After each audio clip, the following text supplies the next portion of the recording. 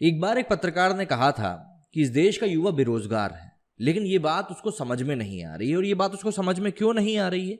ये बात उसको समझ में सिर्फ इसलिए नहीं आ रही है क्योंकि उसके हाथ में इतना सारा इंटरनेट डेटा दे दिया गया है कि उसके पास ये चीज़ सोचने का समय ही नहीं है कि उसके पास क्या चीज़ नहीं है और वो अपने भविष्य को लेकर क्या चीज़ खो रहा है। वो है समय, क्योंकि इंटरनेट ने उसको सारी चीज़ें प्रदान कर दी हैं। मतलब मनोरंजन का साधन प्रदान कर दिया है कि वो अपनी बात रख सकता है, अपने जैसे लोगों से मिल सकता है, अपने जैसे लोगों से बात कर सकता है। तो उसका जो मेन ध्यान है वो देश के और खुद से जुड़े हुए अहम मुद्दों की तरफ जाता ही नहीं है।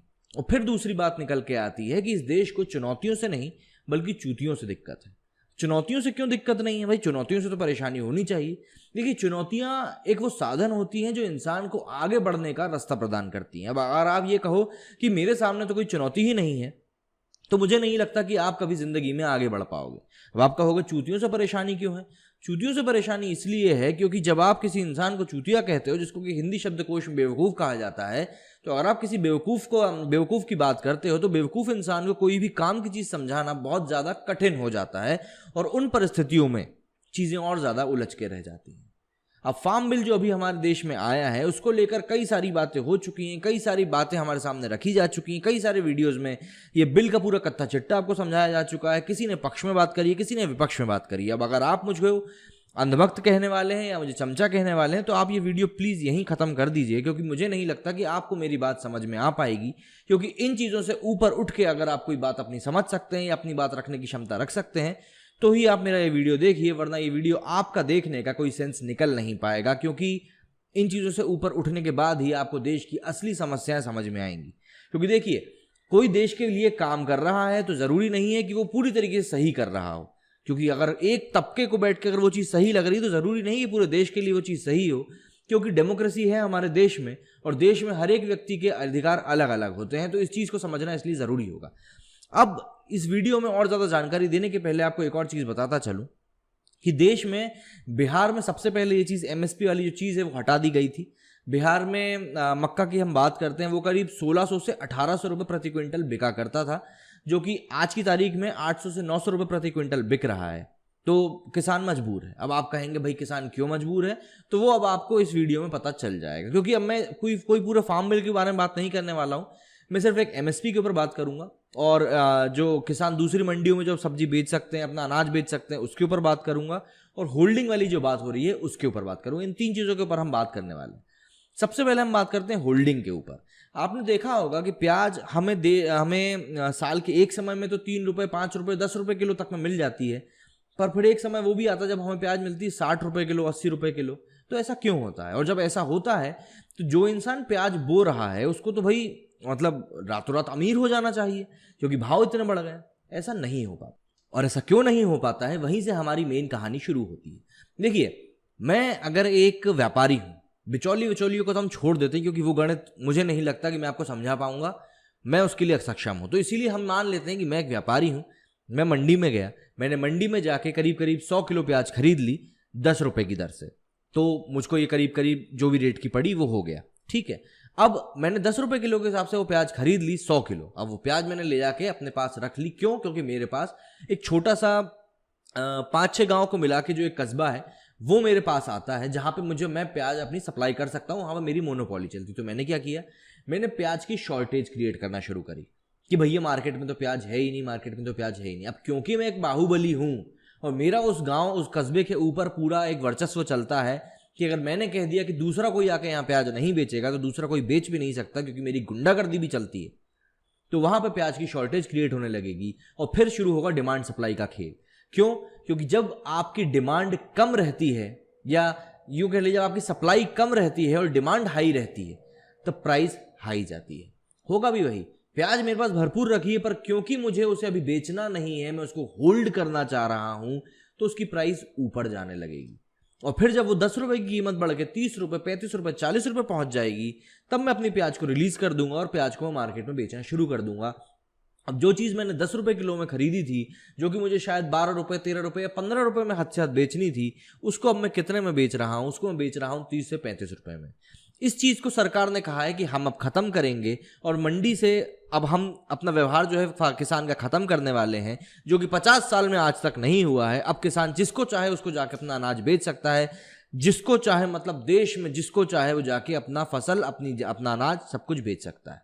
अब इस बात को आप जरा यूं गौर फरमाइए कि हमारे देश में एक समय था जब किसान बहुत धनाढ्य हुआ करते थे, बहुत अमीर हुआ करते थे। फिर जैसे जैसे वो उनका वंश आगे बढ़ता गया, वो जमीनों के टुकड़े होते गए और अब हमारे देश में बड़े किसानों की जनसंख्या बहुत कम बची है। मैं किसी दूसरे प्रांत की बात नहीं कर रहा हूँ, किसी दूसरे राज्य की बात नहीं कर रहा हूँ, मैं अपने राज्य की बात करता हूँ, मध्य प्रदेश की, जहाँ पे जो हमें आम स्थिति देखने को मिलती है कि 2 एकड़ से लेकर 8 से 10 एकड़ तक के लोगों की जनसंख्या जो किसान है उनकी सबसे ज्यादा है। हालांकि अभी सोयाबीन जो था वो यहाँ पे पूरा खराब हो गया, उसके लिए बीमा भी हुआ था। बीमा के एवज में जो पैसे मिले हैं इन लोगों को वो मिले हैं 20 रुपए, 50 रुपए, 100 रुपए। अब जितना भी पैसा मिला हो, बीमे की रकम तो आई, कम से कम किसान इसी बात से संतुष्ट है। तो अब जो ये एकड़, जो 2 से 8-10 एकड़ वाले जो लोग होते हैं, किसान होते हैं, ये लोग कोई बहुत धनाढ्य किसान नहीं होते हैं। ये सिर्फ ऐसे किसान होते हैं जिनकी फसल बिक जाती है। जैसे मान लीजिए मार्च अप्रैल में इन्हें फसल बेची, उस फसल को बेच के इनको तुरंत दूसरी फसल लगाने जाना होता है। उनके पास इतना समय नहीं होता है कि वो कोर्ट कचहरी के चक्कर लगाएं या दूसरी चीजें करें। जैसे मान लीजिए कि आपको एक कंपनी हो और आप आटा बेचते हो, तो अब आटा बेचने के लिए आपको गेहूं चाहिए जिसको कि आप पिसवा सको। तो आप क्या करते हो, आप डायरेक्ट किसानों के पास नहीं जाओगे, आप किसी एक इंसान को कांटेक्ट करोगे जो कि हूं मैं। आपने मुझे कांटेक्ट किया कि भाई नमन, हम आपको ये काम देते हैं कि आपको हमें 100 क्विंटल गेहूं लाके देना है इस तिमाही के अंदर में। मैंने कहा ठीक है साहब, ला देंगे। अब क्योंकि एक फला कंपनी 15 किसानों के पास तो जाएगी नहीं, तो उसने मुझे चुन लिया। तो मैंने क्या कहा कि भाई कंपनी ने मुझे कहा है कि नमन हमको कम से कम 2000 रुपए में हमको गेहूं चाहिए है। मैंने कहा ठीक है साहब, मैं ले आऊंगा। हाँ, मतलब हम किसान को 2000 रुपए देने को तैयार है, कम से कम जो MSP की हम बात करते हैं। मैंने कहा ठीक है साहब, मैं ऐसा कर दूंगा। अब भैया हम गए कहाँ पे, मार्केट में, पर अब हमको तो पैसा कमाना है, क्योंकि अब हम कोई तनख्वाह पे तो काम करेंगे नहीं ना कंपनी के लिए। तो हमने क्या कहा, हमने किसानों को जाकर कहा कि भैया 100 क्विंटल गेहूं चाहिए है, लेकिन जो कीमत है वो 1500 रुपये मिलेगी। अब किसान जो कि एक ट्रैक्टर ट्राली को किराए पे लेके खड़ा हुआ है अपना माल बेचने के लिए, उसको अभी MSP ध्यान नहीं आएगी। उसको ये ध्यान आएगा कि यार सरकार तो हमारे लिए कोई कानून छोड़ी नहीं है MSP को लेकर, तो अब हमें जिस भी रेट में हमको अच्छा खासा और एक बल्क अमाउंट हमारा अनाज का बिक रहा है, तो हम इसको बेच देते हैं। तो किसान क्या करेगा मजबूरी में, और मैं क्या करूंगा मजबूरी का फायदा उठाकर किसान से 1500 रुपए क्विंटल में उसका अनाज खरीद लूंगा और फला कंपनी को जाके बोलूंगा कि साहब उसने 2000 में तो नहीं खरीदा, मतलब वो 2050 या 2100 रुपए का बोल रहे हैं, तो मैं उतने में ले लेता हूँ। वो बोलेंगे हाँ ठीक है, 50 रुपए में ठीक है, कोई समस्या नहीं है, आप ले लीजिए। तो मैंने किसान से कमाए 500 रुपए, कंपनी से कमाए 50 रुपए, 550 रुपए प्रति क्विंटल मैंने कमा लिया। सिर्फ कैसे कमा लिया, बिचौलिए से। लेकिन बिचौलिया तो हमारे देश में खत्म हो चुका है। यही बात तो हो रही है हर जगह कि भाई बिचौलिया खत्म हो गया है तो कमीशनरी खत्म हो जाएगी। देखिए ये चीजें बोलने में जितनी अच्छी लगती है ना, उतनी अच्छी एक्चुअली में है नहीं। ये चीजें आपको बताई जा रही हैं इस तरीके से कि ये चीजें बहुत अच्छी हैं। देखिए हमारे यहाँ पे जो RTO होते हैं, जहाँ पे लाइसेंस बनता है, वहाँ पे भी एजेंट्स कोई ऑफिशियली नहीं होते हैं। जहाँ पे भी RTO जाता है वहाँ पे आपको एजेंट जरूर मिलेंगे। बिना एजेंट के आप अपना वहाँ काम भी नहीं कर सकते। कई RTO में तो इतनी परेशानी क्रिएट की जाती है। तो आप खुद सोचिए कि जब RTO जैसी छोटी जगह से आप एजेंट्स को नहीं हटा पाए, तो मंडी जैसी बड़ी जगह से जहाँ पे कि हमारे किसान आते हैं, जो कि देश की अर्थव्यवस्था का एक बहुत बड़ा स्तंभ माने जाते हैं, उस जगह से कैसे आप एजेंट्स को हटा देंगे? क्योंकि एजेंट्स शहद के ऊपर बैठी हुई मक्खी की तरह होते हैं। जब तक शहद नहीं हटेगा तब तक मक्खी नहीं हटेगी, और शहद को हटाना संभव नहीं है, तो आप मक्खी को कैसे हटा लेंगे? और अब आखिरी बात आती है कि जो बात हो रही है कि अब आपके इस देश की किसी भी मंडी में जाके या किसी भी मार्केट में जाके आप अपना अनाज, अपनी सब्जियां, अपने फल बेच सकते हो। अब आप मुझे छोटा सा एग्जाम्पल मैं आपको देता हूं, आप खुद मुझे जवाब दीजिएगा कि मान लीजिए आपने अपने यहाँ पे 50 किलो बैंगन की खेती हुई साहब, आपके यहाँ 50 किलो बैंगन की खेती हुई। अब आपको इंदौर में रेट मिल रहा है साहब 3 रुपए प्रति क्विंटल, 3 रुपए प्रति किलो। आपने 50 किलो उगाया है, आपको 3 रुपए मिल रहा है। तो अब आप मुझे बताइए कि आप क्या ये सोचोगे कि नहीं यार मैं इंदौर से बढ़ के काम करता हूं, जबलपुर में जाके बेच देता हूं, क्योंकि जबलपुर में क्या है, जबलपुर में मुझे 10 रुपए रेट मिल जाएगा। रेट तो आपको डबल मिल जाएगा, पर अगर आप एक छोटे किसान हो तो बहुत हद तक उम्मीद है कि आपके पास खुद की ट्रैक्टर ट्रॉली नहीं होगी। तो क्या आप किसी दूसरे की गाड़ी को किराए पे कर दूसरे शहर में जाके उस चीज़ को बेचना पसंद करोगे?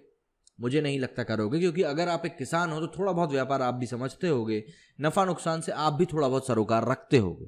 तो अगर आप दूसरे शहर में जाके बेचते हो तो अपना खर्चा निकालोगे, तो पेट्रोल का खर्चा, ट्राली का खर्चा, समय की बर्बादी, ये सारी चीज़ों को आप कैलकुलेट करोगे और फिर आप देखोगे कि यार अगर मेरे शहर में मुझको मेरी जो लागत है उससे 20,000 रुपये भी ज़्यादा मिल रहा है तो ठीक है, मैं उस चीज़ को एक्सेप्ट कर लेता हूँ। यही होता है। अगर आपने पूरे देश के बाजार को दूसरे किसानों के लिए खोल भी दिया है तो जो बड़ा व्यापारी है, जिसके पास समय है लगाने के लिए, जिसके पास पैसा है लगाने के लिए, सिर्फ वही ये चीज़ करेगा कि दूसरे मार्केट में जाके भी अपने अनाज बेचेगा जो कि वो पहले से बेचता हुआ आ रहा है। एमएसपी हटा देने से हो सकता है किसान की जो समस्याएं हैं वो बहुत हद तक दूर हो जाएं, लेकिन मुझे ऐसा लगता है कहीं ना कहीं वो समस्याएं वहीं की वहीं रहेंगी, बल्कि अब उनके ऊपर से गवर्नमेंट का जो एक कहना चाहिए निगरानी रहती थी, बल्कि वो हट जाएगी। क्योंकि एक किसान होता है मजबूर, किसान यूं ही आत्महत्या नहीं करते, किसान मजबूर होता है। अब अगर किसान मार्केट में जाएगा, अब पहली बात, अब उसके पास मंडी नहीं है बेचने के लिए जहाँ पे व्यापारी बैठे होंगे, तो अब उसको खुले मार्केट में बेचना है। अब अगर मैं एक अंगूठा छाप किसान हूँ, कई किसान होते हैं जो अंगूठा छाप होने के बाद भी बहुत बढ़िया मार्केटिंग करते हैं, लेकिन मान लीजिए अगर मैं एक अंगूठा छाप किसान हूँ और मुझे मार्केट में जाके ये सब चीज़ें बेचनी है, तो मैं कोशिश करूंगा कि यार मेरे पास कोई एक पॉइंट हो। मतलब हम जैसे देश में कंपनियां खोलने की बात करते हैं कि आपको वन पॉइंट पे जाना होगा, वहीं से आप एक कंपनी खोल सकते हैं, जिसको हम ईज ऑफ बिजनेस भी कहते हैं। लेकिन अगर आप किसान को 10 अलग अलग क्रेताओं के पास जाना पड़ेगा कि भाई हमारा अनाज आप खरीद लीजिए, आप खरीद लीजिए, कि कौन अच्छा रेट दे रहा है, आपको ये सब चीज़ों के ऊपर अपना ध्यान लगाना पड़ेगा, तो क्या आपके पास वाकई में इतना समय है कि आप इतना समय इन चीज़ों पर इन्वेस्ट कर सकें? मुझे नहीं लगता। तो किसान बस ये चाहता है कि वो मंडी जाए, अपना अनाज बेचे, उसके पास पैसे आए और अपनी अगली फसल की तैयारी करे। किसान क्योंकि इसी चीज़ में अपनी ज़िंदगी पूरी काट देता है, और किसान देश का इसीलिए अमीर भी नहीं हो पा रहा है, क्योंकि कोई चाहता भी नहीं है कि वो अमीर हो। जैसे कोई ये नहीं चाहता कि हमारा देश का जो युवा है वो जानकार बने, क्योंकि देश का युवा अगर जानकार बन गया, अगर वो सवाल पूछने लगा तो उसको जवाब देने पड़ेंगे, और अगर देश के युवा को जवाब देने पड़ेंगे तो फिर आप बताइए ना कि मुंह छुपाने वाले कहाँ जाएंगे। तो इसीलिए इन सब चीज़ों को ध्यान में रखिए कि आपके सामने जो चीज़ पेश की जा रही है उसके क्या प्रोज हैं, क्या कॉन्स हैं। ठीक है, ये चीज़ कई तबके के लिए अच्छी भी है, कई लोगों के लिए भी अच्छी है, लेकिन जो एक मेजॉरिटी ऑफ किसान हैं जो ये विरोध प्रदर्शन कर रहे हैं, पॉलिटिकल पार्टीज़ को आप छोड़ दीजिए। पॉलिटिकल पार्टीज़ का एजेंडा होता है, आज वो विपक्ष में बैठे हुए हैं तो वो उसके अगेंस्ट जाएंगे, कल को वो इसी चीज़ के पक्ष में भी बात कर रहे थे, तो इनकी तो हम बात कर ही नहीं रहे हैं। पॉलिटिकल पार्टीज़ के अपने एजेंडा होते हैं, उनको वो चलाने दीजिए। लेकिन जो मुख्य मुद्दे हैं, जो हम लोगों को जिनके बारे में बात करनी चाहिए, उनके बारे में हमें बात करनी होगी। उम्मीद करता हूँ जो चीज़ मैं आपको समझाना चाहता था आप समझ गए होंगे। मेरी वीडियो में फिलहाल इतना ही। जय हिंद, जय भारत।